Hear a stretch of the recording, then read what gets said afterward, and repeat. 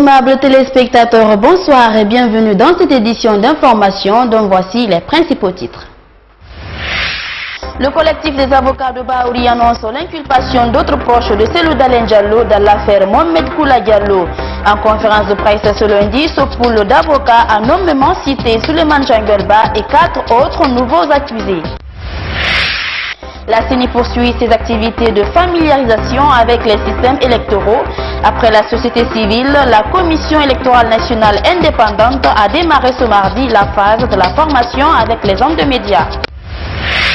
Et puis l'enquête autour de la tuerie d'Orlando avance. On apprend que le terroriste était un client régulier du club dans lequel il a perpétré son massacre. C'est tout pour le titre.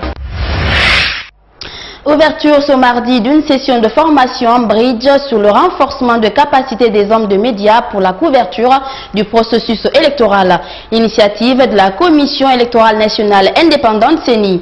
Au terme de cet atelier, des journalistes seront dotés d'outils devant leur permettre de comprendre la matière électorale. Salim Kondé. Selon les responsables de la CENI, cette rencontre d'échange et de partage avec les médias permet de qualifier la couverture de toutes les étapes du processus électoral. Cette formation vise essentiellement les animateurs d'émissions politiques pour bien mener les débats. Cette formation modulaire, axée sur le thème principal, renforcement des capacités des hommes des médias pour une couverture professionnelle des élections locales, notamment ceux chargés des émissions politiques, dans les différentes structures fêtières concernées. Sera une occasion pour nous d'instruire les hommes des médias à pouvoir bien mener leurs émissions. Durant 5 jours, plusieurs thématiques seront développées, à savoir la régulation des médias, le cycle électoral ou encore les systèmes électoraux. Mais avant le démarrage des travaux de facilitation, les participants se sont engagés d'assurer la couverture des élections locales. Nous aussi, en tant que médias, de nous engager ici, quand il s'agit bien sûr, dans les prochains jours, dans les prochaines semaines, prochains mois à venir, pour une couverture de toute autre élection auquel nous aurions à faire face. C'est lieu donc de rendre hommage et de remercier cette institution qui a eu l'initiative et qui a pensé aux médias pour leur participation qui, on le sait, reste et demeure importante et prépondérante dans le processus de démocratisation de notre pays. Selon le président de la Commission nationale indépendante, en Guinée, l'émotion remporte souvent dans les débats radiophoniques quand il s'agit de questions électorales. Une tendance qui devrait rectifier cette formation. Et puis le président de la CENI, Bakary Fofana, a rappelé l'importance de cette formation pour les journalistes, vu la pluralisme médiatique en Guinée. On l'écoute au micro de Saloum Kondé. La session de 5 jours que nous ouvrons ce matin se veut un cadre d'échange professionnel, comme cela est d'ailleurs la méthodologie du bridge. Il s'agira de partager vos expériences, vos avis et opinions pour capitaliser sur vos nombreux acquis, mais aussi connaître et corriger vos faiblesses et vos imperfections pour une couverture professionnelle des élections dans notre pays. On ne le souligne pas assez, notre espace public a vu l'émergence simultanée de 3 acteurs qui tous cherchent à se faire une place prépondérante sur l'échiquier national. C'est la société civile, le pluralisme partisan et le dernier né, le pluralisme radiophonique et médiatique en général. L'élection dans ces conditions, surtout à partir de 2010, occupe une place de choix comme thème de concurrence et d'influence. La démocratie se construit, s'enrichit, quand les uns et les autres ont une même connaissance des sujets électoraux dont les interprétations peuvent varier. Un peu de connaissance sur le cycle électoral ne peut que faire du bien à nous tous. Et puis, un juriste guinéen invite le président de la République à respecter la Constitution en son article 38. Le dit article stipule que le chef de l'État doit notamment cesser toute responsabilité au sein d'un parti politique. Pour Mamadi Touakaba, tant que cet article n'est pas scrupuleusement respecté par le chef de l'État guinéen, il ne saurait prétendre à une protection légale spéciale. Sayon Kourouma. Dans la constitution guinéenne, l'article 38 dispose que la charge de président de la République est incompatible avec l'exercice de toute autre fonction publique ou privée, même élective. Il doit notamment cesser toute responsabilité au sein d'un parti politique. Le juriste Mohamed Trouakaba s'indigne de la violation répétée de cette loi par le président de la République. Le président de la République doit faire cette violence sur lui pour maintenant cesser encore une fois, parce que c'est devenu une coutume, c'est vraiment ce qu'il faut constater. Et ce n'est plus que c'est les réunions hebdomadaires auxquelles il prend part, même des jours qui ne sont pas dédiés à ces assemblées générales, des jours isolés, il se rend au siège et il prend la parole, il parle en tant que membre de ce parti, ce qui est, ma foi, une violation de l'article 38. Pourtant, l'article 37 protège le président de la République contre les offenses, les injures et les calomnies. Pour le président de l'Observatoire citoyen de défense des droits de la République, la violation de l'article 38 par le président de la République fait de lui un citoyen comme tout autre.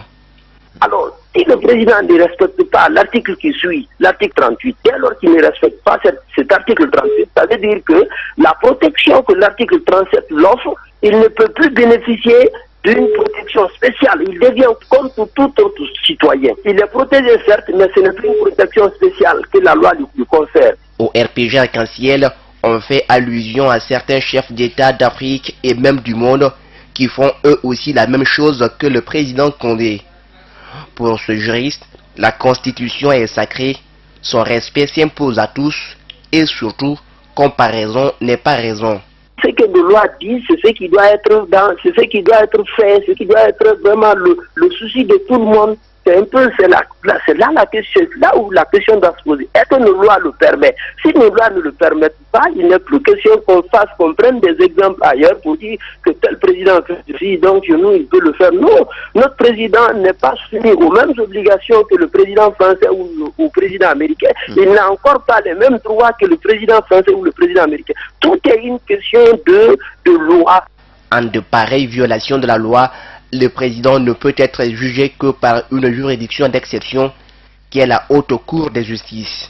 Malheureusement en Guinée, jusqu'ici, cette institution tarde à voir jour. Le collectif des avocats de Baouri, premier vice-président exclu de l'Union des forces démocratiques de Guinée, était ce lundi face à la presse. Ce pool d'avocats a fait le point sur la procédure judiciaire de l'affaire du 5 février relative à l'assassinat du journaliste Mohamed Koula Diallo. Dans ce dossier, selon les avocats, ils sont désormais 5 membres de l'UFDG, dont Suleiman Changelba, responsable de la cellule de communication de 10 partis qui sont inculpés au Marceau. Désormais, Baouri, Abdoulaye Diallo, Ibrahima Sori Kamara ne sont plus des témoins dans ce dossier, mais plutôt les plaignants dans cette affaire. Tels sont les propos de Maître Thierno Amadouri Diallo, avocat de Baouri. Cette déclaration, selon lui, fait suite à une décision de justice dans l'affaire concernant la mort de Mohamed Koula Diallo, journaliste. Dans ce même dossier, le juge d'instruction a rendu une ordonnance de non-lieu partiel et de transmission des pièces à monsieur le procureur général près la cour d'appel de Conakry. Dans ce verdict, il a fait bénéficier d'un non-lieu à 18 détenus. Selon Maître Amadouri Diallo, les raisons d'inculpation sont les suivantes. Il s'agit de Amadou Sow. Amadou Sow, c'est l'un des gardes de M. Selou Dalen Diallo qui a été inculpé d'assassinat sur la personne de Mohamed Koula Diallo et de tentative d'assassinat sur la personne de M. Baouri. M. Algassimou Keïta a été inculpé de complicité d'assassinat et de tentative d'assassinat. M. Tiangel a été inculpé de complicité d'assassinat et de tentative d'assassinat. M. Alpha Dio a été inculpé de coups et blessures volontaires sur la personne de M. Abdoulaye Diallo. Et enfin, M. Mamadou Saïdou Bari, alias DOS ou Freeman, a été inculpé de coups et blessures volontaires sur la personne de M. Ibrahima Sori Kamara. Les avocats de Baouri ont aussi signalé que la partie adverse n'a pas fait appel contre les nouvelles accusations. Pour les avocats, cet acte prouve qu'ils n'ont pas été accusés à tort. Si hier On disait que Bahouri était le porteur de l'arme, c'est lui qui a tiré, c'est Mohamed Koula Diallo, tout le monde l'a vu. Aujourd'hui, la vérité est sortie. Le juge d'instruction n'est pas de l'UFDG. Il n'est pas de l'UFDG. Il n'est pas du RPG. Il a rendu une décision conformément à son intime conviction. Donc, si les inculpés n'ont pas relevé appel, c'est qu'eux-mêmes, ils reconnaissent qu'ils sont auteurs de cet assassinat ou complices de cet assassinat et de cette tentative d'assassinat. Face à ces inculpations, notamment celle de Tiangel, Maître Salifou Beyabogui, l'un des avocats de l'UFDG, a démenti l'information. Selon lui, sur Guinée News, le dossier sur l'assassinat du journaliste Mohamed Koula Diallo est déjà à la cour d'appel et il n'y a eu aucune nouvelle inculpation. Bilan à mi-parcours de la Croix-Rouge guinéenne pour des perspectives de 2017, c'est la toile de fond d'une rencontre qui se tient actuellement à Conakry. Organisé par le CICR, cet atelier de 72 heures devra permettre aux participants de se pencher sur les activités réalisées par l'institution pendant ces 6 premiers mois en vue d'élaborer un document stratégique pour les sans-avenir. Alcéni Diallo. Ils sont une vingtaine de cadres du CICR à prendre part à cette rencontre de planification de 2 jours. Ces agents et volontaires de la Croix-Rouge guinéenne devront, pendant ces 72 heures d'échange et de partage, regarder dans le rétroviseur pour une meilleure projection de l'institution. Ils devront aussi élaborer un document de plan stratégique pour les prochaines années. Cette rencontre se situe dans le cadre d'une évaluation des activités que notre société nationale a déjà menées pour ce premier trimestre. Ça, c'est pour un premier temps. Pour un deuxième temps, il est question de voir, de faire une planification pour les activités qui doivent être menées pour l'année 2017. Donc il s'agit de voir vraiment ce qui est déjà passé, comment ça a été fait, quels ont été les défis. C'est en fait une feuille de route qu'il faut tracer, qu'il faut se faire pour que nous n'avancions pas à l'aveuglette. Après 3 ans de loyaux services rendus à la Croix-Rouge guinéenne, le représentant du comité international de cette organisation avant son départ a rappelé quelques prouesses réalisées pendant sa mandature en Guinée. On a fait beaucoup d'activités, mais en particulier je mentionnerai ce que nous appelons le plan d'alerte et d'action. En plus de cela, nous avons organisé beaucoup d'activités de renforcement des capacités de la Croix-Rouge guinéenne. Je mentionnerai ici le plus important, c'est que nous avons travaillé de concert avec les autres partenaires du mouvement, la Fédération de la Croix-Rouge danoise, sur un document de plan stratégique de la Croix-Rouge guinéenne pour les 5 années à venir. Nous avons aussi élaboré notre document important appelé politique de volontariat de la Croix-Rouge guinéenne. Les volontaires sont la force de la société nationale. La Fédération internationale des sociétés de la Croix-Rouge et du Croissant-Rouge n'est pas restée en marge de cet atelier. C'est pourquoi son représentant a mis cette occasion à profit pour prodiguer d'utiles conseils aux participants. Moi, en tant que participant de la Fédération à cette rencontre, j'avais un message. C'est lui d'appeler les membres de la société nationale d'être complémentaires et surtout d'être dévoués dans les tâches qui les sont dévolues en ce moment où nous sommes en train de parler des relèvements après l'épidémie de la maladie à virus Ebola. Et autre chose, ce que nous avons demandé, c'est qu'il y ait complémentarité dans les actions et qu'on évite d'avoir le chevauchement et qu'on évite d'avoir les mêmes activités et les mêmes bénéficiaires. Cette rencontre des cadres et volontaires de la Croix-Rouge guinéenne va leur permettre ainsi d'être des ponts entre la société et l'organisation. Culture à présent, les mémoires provisoires, c'est le titre du tout premier livre de Kémoko Touré. L'auteur raconte ses années passées à la tête de la CBG, compagnie des bauxites de Guinée. À l'occasion du lundi de l'Harmattan, cette œuvre a été présentée au public au siège de la maison d'édition Bamamadou Alpha. Nommé directeur général de la CBG en 2010, Kemoko Touré garde encore des souvenirs de ses 4 ans passés à la tête de la compagnie. Une expérience sur laquelle l'ancien directeur veut apporter de la lumière. Je parle d'abord de l'entreprise que j'ai trouvée, des compétences que j'ai trouvées à la CBG. C'est des compétences humaines extraordinaires, comparables à n'importe quelle compétence dans ce genre d'industrie dans le monde, puisque j'ai trouvé dans une entreprise qui compte 99% de Guinéens, des personnes capables d'extraire la bauxite, la traiter, de l'expédier. Selon l'auteur, pendant sa gestion, il dit avoir accru la maintenance des équipements pour produire 15 millions de tonnes par an et avoir revu la situation des travailleurs. Mais pourquoi une œuvre après sa gestion? J'ai voulu témoigner pour dire comment j'y suis arrivé, comment j'ai travaillé, comment j'ai pu obtenir l'adhésion des travailleurs, comment nous avons accompli ces performances, quelles sont les difficultés que nous avons rencontrées, pour que mes successeurs, peut-être ceux qui veulent, s'en inspirent, au moins pour que les jeunes sachent aussi comment se dirige ce type d'entreprise. Ce livre qui retrace les expériences de l'ancien dirigeant de la CBG est vivement recommandé à la jeunesse par le président de l'Association des éditeurs et écrivains de Guinée.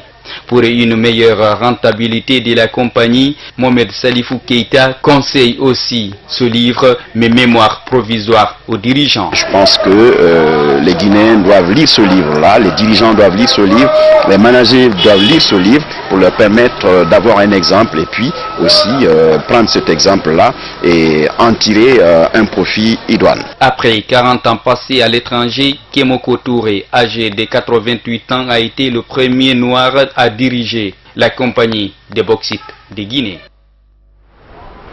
Les travailleurs de l'AGEMAP en débrayage ce mardi à Conakry. Des dockers du port autonome réclament leur statut particulier. Ils dénoncent également la précarité de leurs conditions de travail. Reportage Moussa Sefa Kamara. Aucune idée sur le nombre exact des revendicateurs qui ne décollèrent pas ce matin au port autonome de Conakry. Mais on en sait mieux sur les raisons de leur manifestation. Les dockers exigent leur statut particulier et l'amélioration de leurs conditions de travail. Les embauchés ne sont payés qu'une seule fois. Ce sont nos salaires qui sont misérables. Les statuts et règlements conformes à la sous-région sont déjà là. Il ne reste que leur signature par les autorités. Les manifestants demandent du coup le départ de certains de leurs responsables. Nous demandons le départ de nos 2 responsables, Joe Condé et son directeur, qu'ils honorent l'engagement d'embauche de 300 personnes. Si tout ceci est fait, tout le monde sera tranquille. C'est ce que nous voulons. Nous avons tenté de joindre les personnes concernées, mais en vain. Il aurait ainsi fallu l'intervention du chef de l'État, arrivé quelques minutes plus tard, avant nous sur les lieux, pour calmer les ardeurs. Les activités ont repris et les travailleurs se disent confiants. Nous avons confiance au chef de l'État. Nous savons qu'il aime les travailleurs du port et le port. C'est à cause de lui que le mouvement est suspendu.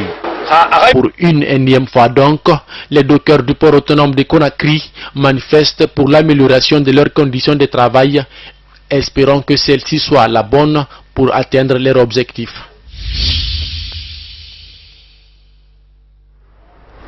Partout en France, la police est sous le choc car les forces de sécurité et les militaires sont devenus des cibles privilégiées des terroristes islamiques. Regardez. Des policiers une nouvelle fois visés en région parisienne, un attentat qui s'ajoute à la longue liste des militaires et des policiers français ciblés par des attaques terroristes islamistes. Le 11 mars 2012, Mohamed Merah se rend sur un parking au sud-est de Toulouse. 16h10, il a rendez-vous avec Imad Ibn Ziaten à la suite d'une annonce pour la vente d'une moto. Tu tues mes frères, je te tue. Mohamed Merah abat froidement le militaire parachutiste d'une balle dans la tête. Il filme toute la scène à l'aide d'une caméra embarquée. Il s'enfuit quelques minutes plus tard en scooter. Le 15 mars 2012, à proximité de la caserne militaire de Montauban, Mohamed Merah tue 2 militaires français d'une balle dans la tête. Un 3e est grièvement blessé. Il sortira de l'hôpital quelques mois plus tard tétraplégique. Mohamed Merah continue sa course macabre. Le 19 mars de la même année, il tue 3 enfants et un enseignant d'une école juive de Toulouse. Il est abattu 3 jours plus tard par le raid. Le 25 mai 2013, à la Défense, un militaire en faction est attaqué de plusieurs coups de cutter à la gorge. Son agresseur venait de se convertir à l'islam. Il avouera plus tard avoir agi au nom de son idéologie religieuse. Le 8 janvier 2015, à Montrouge, en banlieue parisienne, Amédi Koulibaly, armé d'une kalachnikov et d'une arme de poing, prend pour cible une jeune stagiaire de la police municipale. Touchée au dos, Clarissa Jean-Philippe succombe quelques minutes plus tard à ses blessures. Le lendemain, Amédi Koulibaly tue 4 clients de l'hypercachère de Vincennes. Il est abattu quelques heures plus tard par les policiers. Un mois plus tard, le 3 février 2015 à Nice, 3 militaires en faction sont agressés au couteau devant un centre communautaire juif.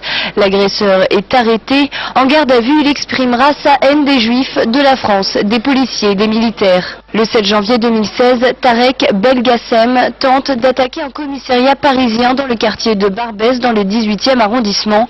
L'homme brandit un hachoir de boucher. Il est aussitôt abattu par les policiers. Les enquêteurs retrouveront sur lui une revendication djihadiste et une profession de foi en faveur de l'État islamique. Les États-Unis également endeuillés par le terrorisme, l'enquête sur l'attentat d'Orlando apporte son lot de révélations surprenantes car on apprend que le terroriste Omar Marmitine est un habitué de la discothèque dans laquelle il a commis son massacre. Regardez. Mais qui était Omar Marmitine, l'auteur de la fusillade terroriste dans une boîte gay à Orlando? Des éléments plus que troublants sur son passé ont été révélés par l'un des quotidiens de l'État de Floride. On y apprend que le terroriste américain d'origine afghane était un client de cette boîte de nuit gay The Pulse.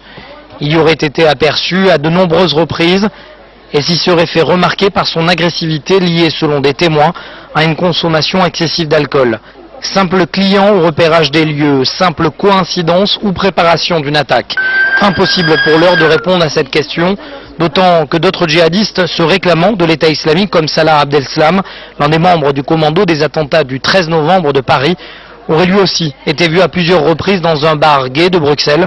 Lui, en revanche, n'avait pas ciblé ce type d'établissement. En attendant, un client régulier du Pulse a assuré qu'Omar Marmitine était un client du réseau social gay Jacked. Aucune trace de son pseudo ne figure pourtant sur ce réseau. Dernier témoignage, celui d'un ancien élève de sa promotion à l'Académie de police d'Indian River Community College. Marmitine lui aurait fait des avances en 2006. Pour l'heure, le FBI reste sur la thèse de l'élément isolé radicalisé sur la toile. Mais là aussi, beaucoup de confusion. Un jour supporter du Hezbollah chiite, un autre d'Al-Nusra, lié à Al-Qaïda avant de prêter allégeance à l'État islamique sunnite, quelques minutes avant l'attaque. Omar Marmitine avait été repéré par la police fédérale américaine dès 2013. Selon ses anciens collègues, il tenait à l'époque des déclarations faisant suspecter de possibles liens terroristes. Et direction à présent à Fort Pierce, c'est là qu'a grandi le terroriste à la mosquée de la ville. Regardez. C'est cette mosquée de Fort Pierce que le tueur d'Orlando fréquentait.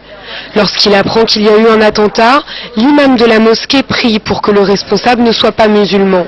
Quand il découvre l'identité du terroriste, c'est le choc. Son nom lui est familier, Omar Sédic Marmitine est un fidèle de sa mosquée. J'étais choqué, je me suis senti très mal pour tous ces innocents, ces pauvres gens qui se sont fait tuer, et après cette tragédie est devenue 2 ou 3 fois pire pour nous parce que ça avait un lien avec nous. Rahman connaît Marmitine depuis qu'il est enfant. Il dresse le portrait d'un jeune un peu sauvage, devenu un adolescent à la carrure imposante et qui aurait changé depuis quelques années. L'homme venait prier dans cette mosquée depuis presque 10 ans, 4 jours par semaine, mais il communiquait rarement avec les autres fidèles. Certains le disaient très agressif, pourtant l'imam atteste que l'homme était toujours calme lorsqu'il pénétrait dans ce lieu de culte. Rahman concède qu'il avait certainement quelque chose en tête, de la haine ou un problème psychologique antérieur. C'est aussi dans cette mosquée que Marmitine a rencontré Monar Abou Salha, le premier kamikaze américain mort en Syrie. L'imam ajoute que le tueur n'est jamais venu le consulter sur des questions relatives à l'homosexualité. Si j'entends quelqu'un parler d'une façon déplacée, je lui dis ne sois pas extrémiste, parce qu'il n'y a pas de place dans l'islam pour ce genre de choses. Les textes ne disent pas qu'il faut soutenir cela, ils ne le disent d'aucune façon. Le terroriste aurait également fréquenté un autre centre islamique, celui dirigé par Marcus Robertson, prédicateur islamiste radical, libéré de prison il y a 1 an, décrit par certains témoins comme un potentiel recruteur. Il dirige un séminaire islamiste à Orlando. Voilà, mesdames et messieurs, c'est la fin de ce journal. À tous, merci de l'avoir suivi et excellente soirée.